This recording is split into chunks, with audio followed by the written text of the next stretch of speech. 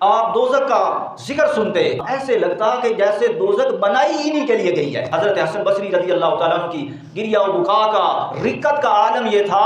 हज़रत यूनुस बिन उबैद बयान करते हैं कि हसन बसरी रहमतुल्लाह अलैह जब आते तो ऐसे लगता जैसे अपने किसी अजीज़ को दफना कर आ रहे हैं। बंदे का कोई अजीज़ फौत हो जाता है ना तो वो गम में निढाल होता है ना, और गम में चूर चूर होता है। तो हसन बसरी जब आते सामने आते तो ऐसा लगता जैसे अपने किसी करीबी को दफना कर आ रहे हैं। ये उनका हाल था।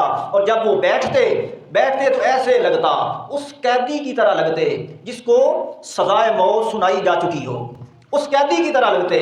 और जब आप दोज़ख का जिक्र सुनते, हज़रत हसन बसरी रज़ी अल्लाह तआला अन्हु दोज़ख का जिक्र सुनते तो मालूम ऐसे होता, ऐसे लगता कि जैसे दोज़ख बनाई इन्हीं के लिए गई है। दोज़ख बनाई इसी के लिए गई है। इतना ज़ारो कतार होते दोज़ख के खौफ से, और अल्लाह के खौफ में इतना रोते